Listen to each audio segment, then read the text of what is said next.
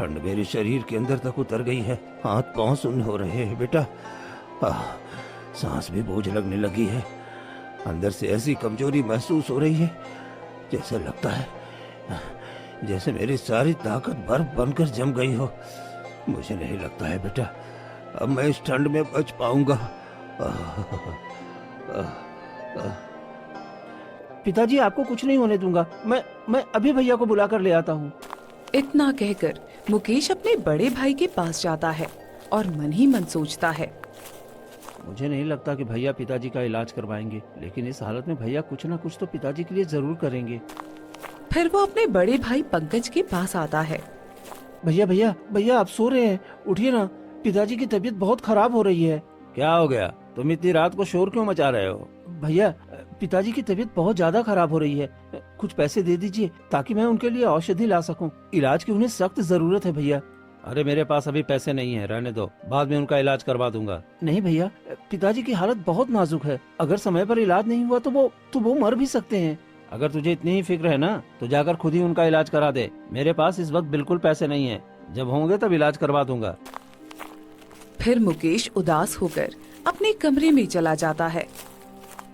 क्या हुआ जी, आप इतने परेशान क्यों हो? भैया, पिताजी की इलाज के लिए पैसे नहीं दे रहे हैं। तुमने थोड़े से जो पैसे अलग से रखी थी वही दे दो, मैं उसी से पिताजी का इलाज करवा दूंगा। ठीक है जी।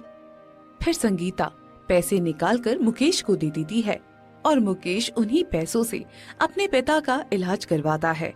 ऐसे ही देखते 2-4 दिन बीत जाते हैं और प्रतिदिन सुक्खू की तबीयत और ज्यादा खराब होती चली जाती है। फिर एक दिन अचानक सुक्खू इस दुनिया को छोड़कर चला जाता है।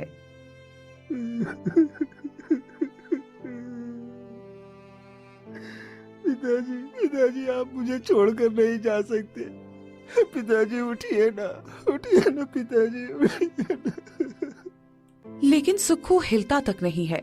उतने में पंकज वहाँ आ जाता है। चलो ठीक ही हुआ, पिताजी अब बूढ़े हो ही गए थे, मर गए तो ठीक ही हुआ, नहीं तो दवाई करते करते मेरा सारा पैसा भी खत्म हो जाता और मैं कंगाल हो जाता। मुकेश फूट फूट कर रोने लगता है। भैया, अब तो पिताजी के अंतिम संस्कार के लिए भी मेरे पास पैसे नहीं है, कुछ पैसे दे दीजिए ताकि मैं पिताजी का अंतिम संस्कार कर सकूं। ठीक है, मेरे पास थोड़े ही पैसे हैं, उतने ही दूंगा, मेरे पास ज्यादा पैसे नहीं हैं। ठीक है भैया, जो भी है, पिताजी का अंतिम संस्कार तो करना ही है। फिर दोनों भाई जैसे तैसे अपने पिता का अंतिम संस्कार कर देते हैं। कुछ दिन बीत जाते हैं। आधी रात को पंकज अपने कमरे में सोया होता है, तभी उसकी पत्नी उसे जगाती है।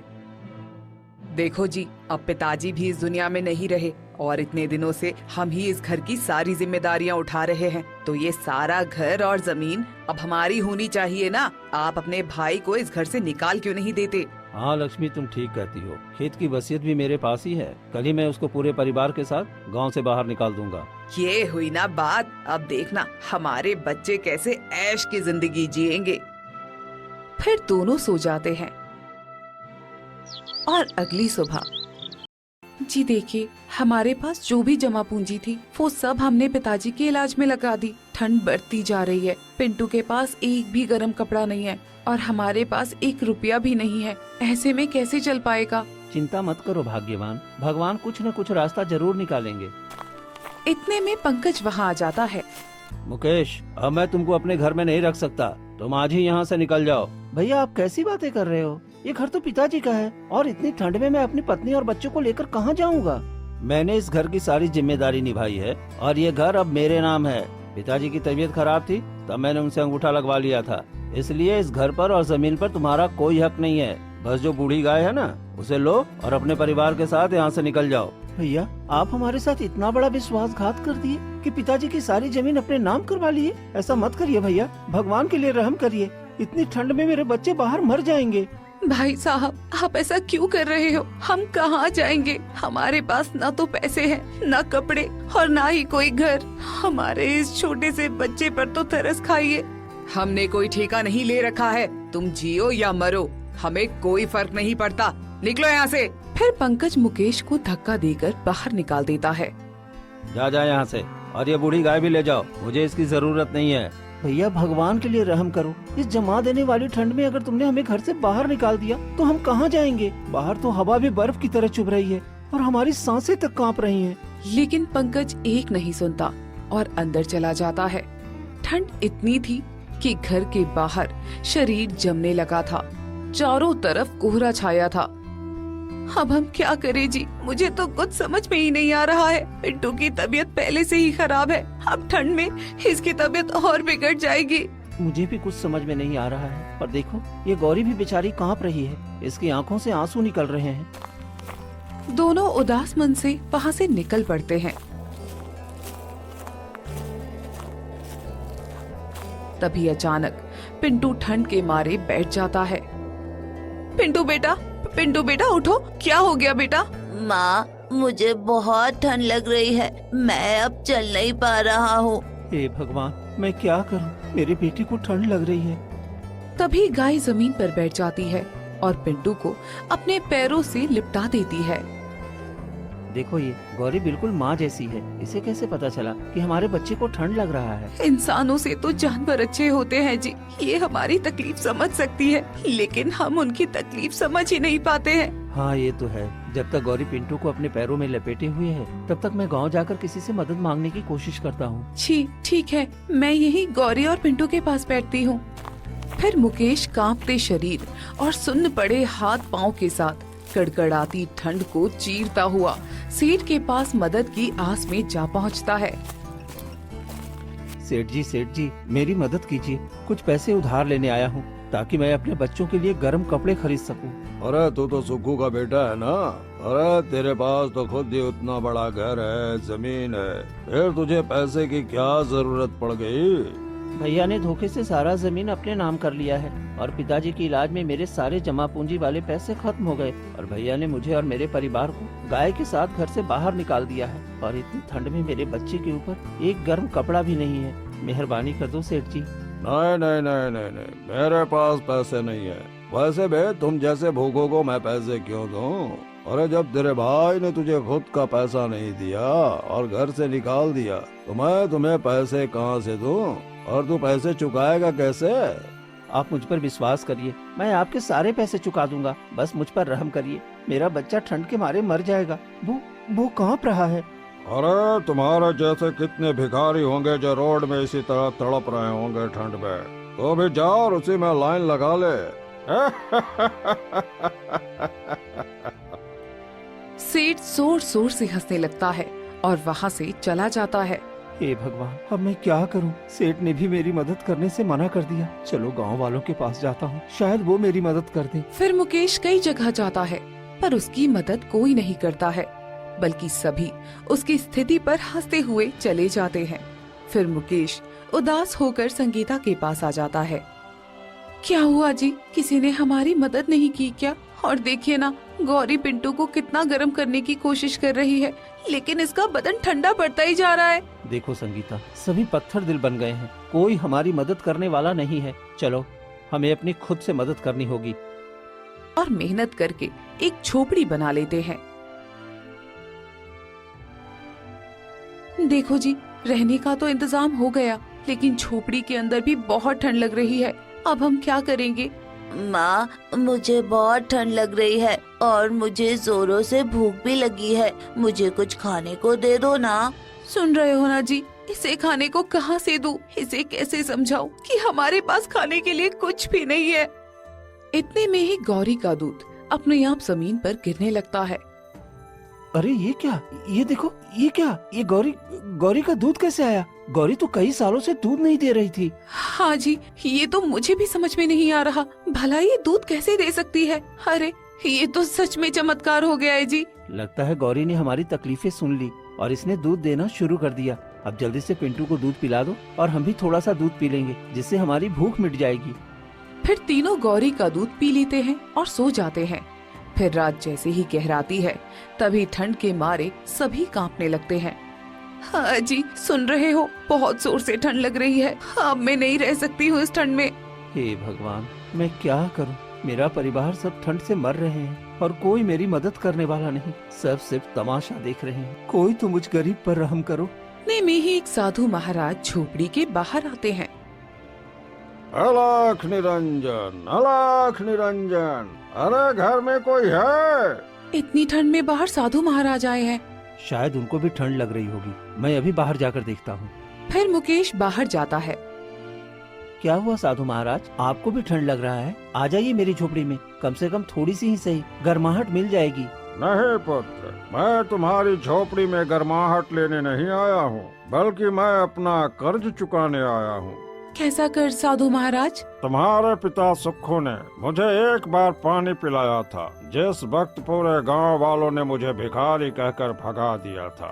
उस वक्त तुम्हारे पिता ने मुझे खाना भी खिलाया था और मेरा सहारा बने थे। उस वक्त मैंने वचन दिया था कि जब भी उनका परिवार संकट में होगा तो मैं उसकी मदद जरूर करूंगा, और खास तौर पर तुम्हारे लिए। तुम्हारे पिता हमेशा परेशान रहते थे और कहते थे मेरे छोटे बेटे की किस्मत बहुत खराब है और मेरा बड़ा बेटा बहुत लालची है, इसलिए छोटे बेटे को हमेशा मेरा आशीर्वाद मिलता रहे। इसीलिए मैं तुम्हारे पास आया हूँ। बताओ तुम्हें क्या चाहिए?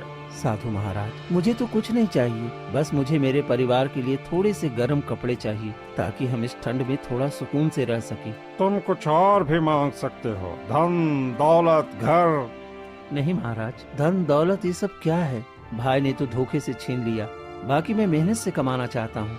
बस गर्म कपड़े हम सबको मिल जाए वही काफी है। हाँ साधु महाराज, हमारे लिए बस वही काफी है। ठीक है, रुक जाओ। फिर साधु अपनी पोटली से एक पुरानी चादर निकालते हैं। ये चादर कोई साधारण चादर नहीं है बेटा। मैंने कई वर्षों की तपस्या करके इस चादर को प्राप्त किया है। तुम इस चादर से अपने पूरे परिवार को ढक लेना। तुम्हारे शरीर के साथ साथ ये झोपड़ी भी पूरी तरह से गर्म हो जाएगी। क्या क्या सच में साधु महाराज? हाँ, लेकिन ये सिर्फ ईमानदारों के लिए काम करती है।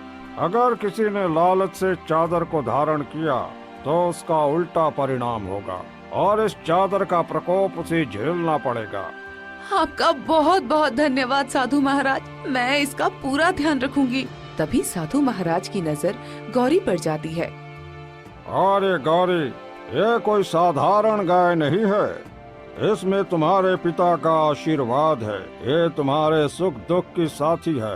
इसके रहते हुए तुम्हारे घर में कभी किसी चीज की कमी नहीं होगी और हमेशा सुख शांति बनी रहेगी, क्योंकि तुम्हारे पिता ने इस गाय को एक बच्चे की तरह पाला है और इसलिए यह तुम्हें भी एक बच्चे की तरह संभालेगी और किसी चीज की कमी नहीं होने देगी। और जिन्होंने तुम्हारे साथ गलत किया है उन्हें इसका परिणाम जरूर भुगतना पड़ेगा। वे सब इस ठंड के प्रकोप से तिल तिल मरेंगे। फिर साधु महाराज वहाँ से चले जाते हैं। मुझे तो यकीन ही नहीं हो रहा है कि साधु महाराज हमारे लिए ये चादर लेकर आए हैं। जल्दी से हमें ये चादर ओढ़ लेनी चाहिए, इससे पहले कि ठंड और बढ़ जाए। फिर मुकेश, पिंटू और संगीता तीनों चादर ओढ़ लेते हैं। ये क्या, हमारे शरीर में तो गर्मी आ गई। मुझे तो यकीन ही नहीं हो रहा है। अब मुझे बिल्कुल भी ठंड नहीं लग रही है। ये तो चमत्कार हो गया है जी। सच में साधु महाराज ने हमें एक जादुई चादर दी है, इसकी मदद से हमारी पूरी ठंड अच्छे से कट जाएगी। फिर पूरा परिवार उस चादर को ओढ़कर गर्माहट के साथ सो जाता है। 2 दिन बीत जाते हैं। मुकेश के घर में सुख शांति आ जाती है। गौरी दिन रात बहुत सारा दूध देने लगती है और चादर की वजह से ठंड भी चली जाती है। और वहीं दूसरी तरफ उसके बड़े भाई पंकज की बेटी की तबीयत अचानक बहुत ज्यादा खराब होने लगती है। अरे जी देखिए ना, हमारे बेटे को क्या हो गया है। इसकी तबीयत प्रतिदिन खराब होती जा रही है। ये कुछ खा भी नहीं पा रहा। इसे ठंड लग चुकी है जी। मुझे भी कुछ समझ में नहीं आ रहा है। पहले तो हमारा बेटा हमेशा बिल्कुल ठीक रहता था, कभी ऐसी परेशानी नहीं हुई थी। आज फिर वैद्य से औषधि लेकर आऊंगा। तब तक खेत की फसल भी देख लेता हूँ, क्योंकि गोभी की फसल पूरी तरह से तैयार हो गई है और उसे काटकर बाजार भेजना जरूरी है। तभी कुछ पैसे भी आएंगे, क्योंकि हमारे पास सारे पैसे तो मोहन के इलाज में ही चले गए हैं।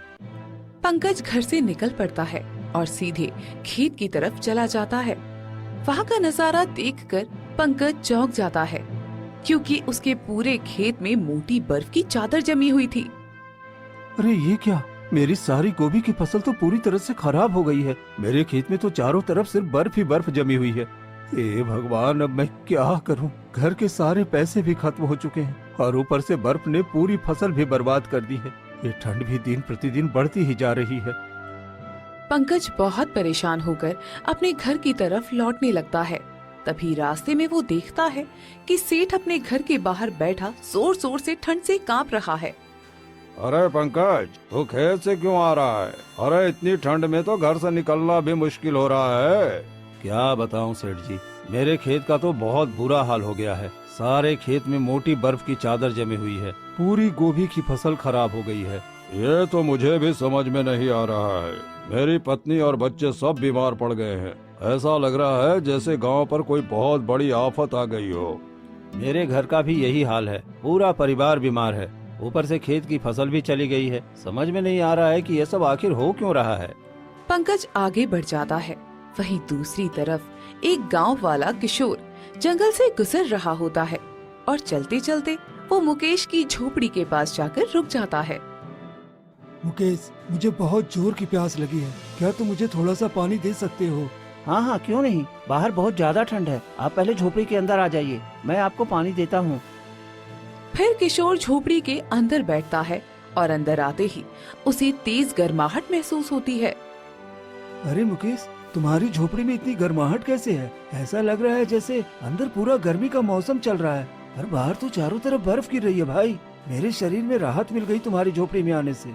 ये सब इस चादर की वजह से है। साधु महाराज ने मुझे ये चादर दी थी। इसी की वजह से हमारी झोपड़ी में हमेशा गर्माहट बनी रहती है। चलो अच्छा है, भगवान ने तुम्हारी नेकी का फल तुम्हें दिया है। वैसे तुम्हारे भाई ने तुम्हारे साथ बहुत गलत किया, तुम्हें घर से निकाल कर। जो जैसा करता है वैसा ही फल भगवान देता है। मैं इन बातों पर ज्यादा ध्यान नहीं देता हूँ, बस अपने कर्म करता रहता हूँ। और ठंड में पानी क्यों पियोगे? ये लो, गर्म दूध पी लो, तुम्हारे शरीर में गर्मी बनी रहेगी। किशोर गरम गरम दूध पी लेता है और जैसे ही वो बाहर आता है, आश्चर्य की बात तो ये होती है कि बाहर आने के बाद किशोर को जरा भी ठंड नहीं लग रही थी, क्योंकि जो भी उस गाय का दूध पीता उसे ठंड नहीं लगती थी। इस झोपड़ी में तो जादू है, मुझे ये बात पूरे गांव वालों को बताना होगा। फिर किशोर गांव की तरफ चल पड़ता है। जैसे ही वो गांव पहुंचता है तो वो देखकर हैरान हो जाता है कि पूरा गांव बर्फ की चादर में ढका हुआ है। अरे ये क्या, सुबह जब मैं गांव से बाहर निकला था तब तो सब कुछ ठीक था, और अब अचानक पूरे गांव पर ये बर्फ की चादर कैसे जम गई? ये आखिर हो क्या रहा है? उसी वक्त सेठ ठंड के मारे कांपता हुआ अपने घर के बाहर अचानक गिर पड़ता है। सेठ जी, ये क्या हो गया आपको? अरे उठिए, आपको इतनी ठंड में घर से बाहर नहीं निकलना चाहिए था। फिर किशोर किसी तरह से सेठ को उठाकर उसके घर के अंदर ले जाता है। सेठ जी, आपके घर में भी तो इतनी ज्यादा ठंड है, ऐसा लग रहा है जैसे पूरा बर्फ का पहाड़ आपके ही घर के अंदर आ गया हो। यही तो मुझे समझ में नहीं आ रहा है कि हमारे घर में इतनी ज्यादा ठंड क्यों पड़ रही है। हम लोगों से आखिर कौन सी गलती हो गई है? लेकिन सेठ जी, मुकेश की झोपड़ी में तो बिल्कुल भी ठंड नहीं है। वहाँ तो हमेशा गर्माहट बनी रहती है, क्योंकि साधु महाराज ने उसे एक जादुई चादर दी है, जिसकी वजह से उसकी झोपड़ी में ठंड का असर बिल्कुल नहीं होता है। ऐसा क्या? तो लगता है कि साधु महाराज ने ही हमारे गांव को श्राप दिया है, जिसकी वजह से पूरे गांव में इतनी ठंड पड़ रही है। अब हमें कुछ न कुछ तो करना ही पड़ेगा। तुम जाकर उसके भाई पंकज से ये बात बताओ, वो जाकर माफी मांगेगा, तभी शायद साधु महाराज हमारे गांव से ये ठंड का श्राप हटा ले। ठीक है सेठ जी, आप चिंता मत कीजिए, मैं अभी जाकर पंकज को ये बात बताता हूँ, क्योंकि ये सब उसी की गलती की वजह से हो रहा है। फिर किशोर भागते हुए पंकज के पास पहुंचता है। अरे किशोर, क्या हो गया? तो इतना परेशान क्यों लग रहा है? पंकज, तुम्हारे भाई के पास एक जादुई चादर है। उसी चादर की वजह से उसके घर में बिल्कुल भी ठंड नहीं लगती और उसकी झोपड़ी में हमेशा गर्माहट बनी रहती है, जबकि पूरे गांव में देखो ठंड का भयानक प्रकोप फैला हुआ है। ये साधु महाराज का श्राप है, इसलिए तुम जाकर अपने भाई से माफी मांग लो, तभी शायद हमारे गांव से ये ठंड का प्रकोप खत्म होगा। जादुई चादर? तो मुझे मूर्ख बना रहे हो क्या? अरे मैंने अपनी आंखों से देखा है भाई, और सेठ जी ने भी कहा है, जाकर अपने भाई से माफी मांगो, वरना पूरे गांव वाले मिलकर तुम्हें गांव से निकाल देंगे, क्योंकि तुम्हारी वजह से पूरा गांव ठंड से मर रहा है। फिर किशोर वहाँ से चला जाता है, लेकिन ये सारी बातें लक्ष्मी चुपचाप सुन लेती है और सामने आकर कहती है। अरे जब उसके पास जादुई चादर है तो उससे माफी मांगने की क्या जरूरत है? सीधे जाकर वो चादर ही ले आओ ना। वैसे भी उस गरीब के पास वो चादर रहकर भी वो करेगा क्या? आज रात होते ही तुम वो चादर चुरा कर ले आना। हाँ, तुम ठीक कहती हो। आज रात होते ही मैं वो चादर चुरा कर ले आऊंगा। फिर आधी रात होती है। पंकज चुपचाप घर से निकल पड़ता है और चोरी छिपे मुकेश की झोपड़ी के पास पहुंच जाता है। अच्छा, तो ये वही चादर है जिसकी वजह से ये पूरा परिवार इतनी खुशी और आराम से सो रहा है और झोपड़ी में इतनी गर्माहट भी है। अब तो ये चादर मेरी ही होगी। पंकज वो चादर चुरा लेता है और चोरी छिपे अपने घर वापस आ जाता है। क्या आप वो चादर ले आए? हाँ देखो, ये रही वो चादर। अब इसे ओढ़ने के बाद हमें बिल्कुल भी ठंड नहीं लगेगी। तो फिर देर किस बात की है? जल्दी से इसे ओढ़ कर देखिए कि इसमें सच में कोई शक्ति है या नहीं। वैसे दिखने में तो ये बहुत पुरानी चादर लग रही है। ठीक है, अभी ओढ़ कर देखता हूँ। जैसे ही पंकज चादर ओढ़ता है वैसे ही उसके शरीर में तेज गर्माहट महसूस होने लगती है। अरे, मुझे तो शरीर में बहुत तेज गर्माहट महसूस हो रही है और ये गर्माहट धीरे धीरे बढ़ती ही जा रही है। और देखते ही देखते उसके पूरे शरीर में जलन उठ जाती है और साथ में दर्द भी। अरे क्या हुआ? आप इतने दर्द से क्यों चिल्ला रहे हो जी?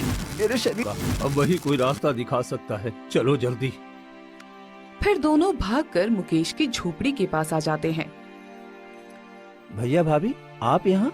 और ये क्या? ये चादर तो मेरी है और आप इतने दर्द से क्यों छटपटा रहे हैं? अरे अरे, मेरे पूरे शरीर के अंदर आग लग रही है। अरे, मेरा पूरा बदन दर्द कर रहा है। तुम ये चादर हटा दो। मैंने चोरी चुपके तुम्हारे घर से ये चादर ले ली थी। अब मुझे ये चादर नहीं चाहिए।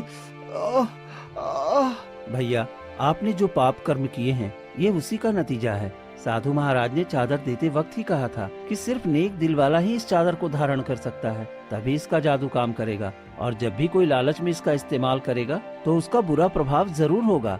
हाँ, मुझसे बहुत बड़ी गलती हो गई। मुझे माफ कर दो। मुझे तुम्हारे साथ ऐसा नहीं करना चाहिए था। मैं तुम्हें सारी जमीन और जितना भी घर में हिस्सा है सब कुछ देने के लिए तैयार हूँ। बस मेरी जान बचा लो। ये चादर मेरे ऊपर से हटा दो। हे साधु महाराज, मेरे भाई को माफ कर दीजिए। इनसे बहुत बड़ी गलती हो गई है। कृपया इस चादर को इनके शरीर से हटा दीजिए और इन्हें क्षमा कर दीजिए। फिर मुकेश वो चादर जैसे ही छूता है तभी पंकज के शरीर से वो चादर हट जाता है। अरे, अब तो मेरी जान में जान आई, वरना मुझे तो लगा था कि मैं मर ही जाऊंगा। ये चादर तुम्हारी है। मैंने तुम्हारे साथ बहुत गलत किया। अब तुम मेरे साथ घर वापस चलो। पर भाई साहब, अभी आप हमें ले जाएंगे और फिर बाद में घर से निकाल देंगे। नहीं नहीं, अब हम लोग ऐसा कभी नहीं करेंगे। हमें अपनी गलती का एहसास हो गया है और पाप के कर्मों की सजा कितनी भयानक होती है ये हमने अपनी आंखों से देख भी लिया है। ठीक है भैया, हम सब एक ही परिवार हैं और आज से फिर एक परिवार की तरह ही रहेंगे। फिर सभी लोग अपने घर वापस लौट आते हैं और धीरे धीरे पूरे गांव की ठंड भी कम हो जाती है।